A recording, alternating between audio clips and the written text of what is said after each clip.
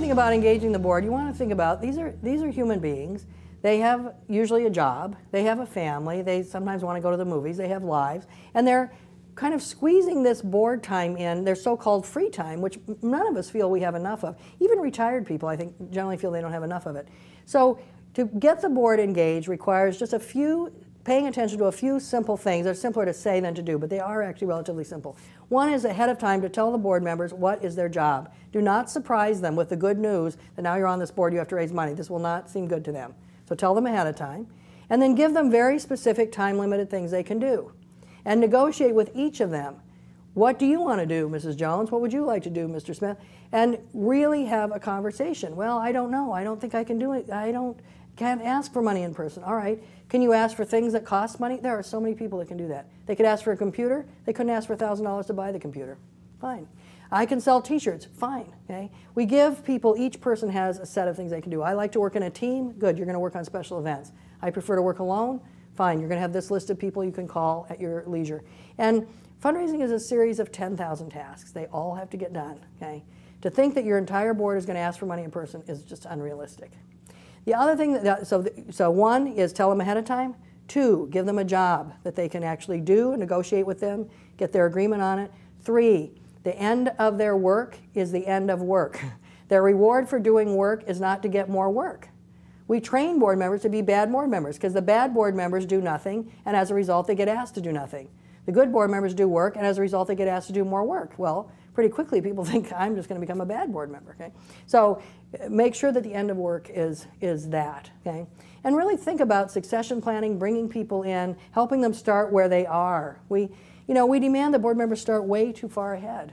And keep in mind also people aren't born board members. I mean, the nurse doesn't tell you come and say to you, that's a boy and a board member. So we have to train people to be board members. Let me give some examples of just very specific time-limited tasks that the board members can do. For example, one organization I'm working with, they have three guys on their board, 3 men on their board, who come in December, Tuesday, Wednesday, Thursday of 3 weeks in a row in December, and from 6 to 9 o'clock they're on the phone and they're calling all the people who gave the previous year but not this year. So 2008 they called all the people that had given in 2007 but hadn't yet given in 2008.